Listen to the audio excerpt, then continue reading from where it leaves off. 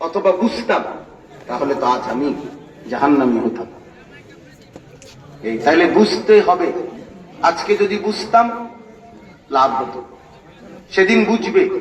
কিন্তু আফসোস, আহা যদি দুনিয়াতে বুঝতাম, লাউ কুন্না নাসমাউ আও নাআকিলু, যদি আমরা শুনতাম অথবা বুঝতাম, মা কুন্না ফি আসহাবিস সাঈর, তাহলে আজ জাহান্নামী হতাম না।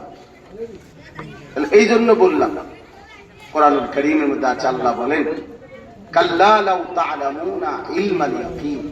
বান্দা, আজকে যদি কোরআন থেকে শুনে, রাসূলের হাদিস থেকে শুনে, উলামায়ে কেরামের জবান থেকে শুনে, তুমি যদি কবর, হাসর, আখিরাত, মিজান, ফুলসিরাত, জান্নাত, জাহান্নাম, পরকালের এই কথাগুলো যদি বুঝতা, ইয়াকিন করতা, খুব ভালো হতো। কত না ভালো হতো।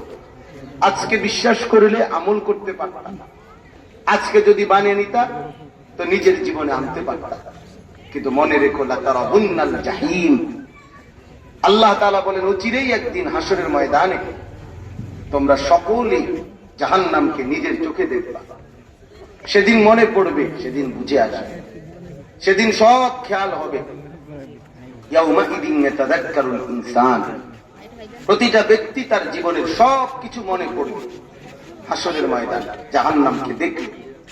কিন্তু আল্লাহর কসম, আল্লাহ তাআলা বলেন, ওয়া আন্না লাহু যিকরা, কিন্তু বলো না বান্দা, সেদিন মনে পড়ে কি লাভ? তাহলে আল্লাহ তাআলা বলেন, সেদিন মনে পড়ে লাভ কি হবে? আজ যদি বুঝতা তো লাভ হইত, আজ যদি শুনতা তাইলে লাভ হইত, আজ যদি ইয়াকিন করতা তাইলে লাভ হতো।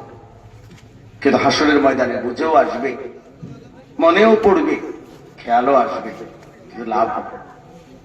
এই জন্য নওজোয়ান, বয়স্ক বাবা, পর্দার আড়ালের মা বোন, শুধু আমি একজন বক্তার জন্য বলতেছি, সমস্ত আলেমদের কথাগুলো, উলামায়ে কেরামের নসিহতগুলো, শুক্রবারের জুমার বয়ান, সবটাই মনোযোগ দিয়ে শোনা উচিত, নিজের জন্য শোনা উচিত।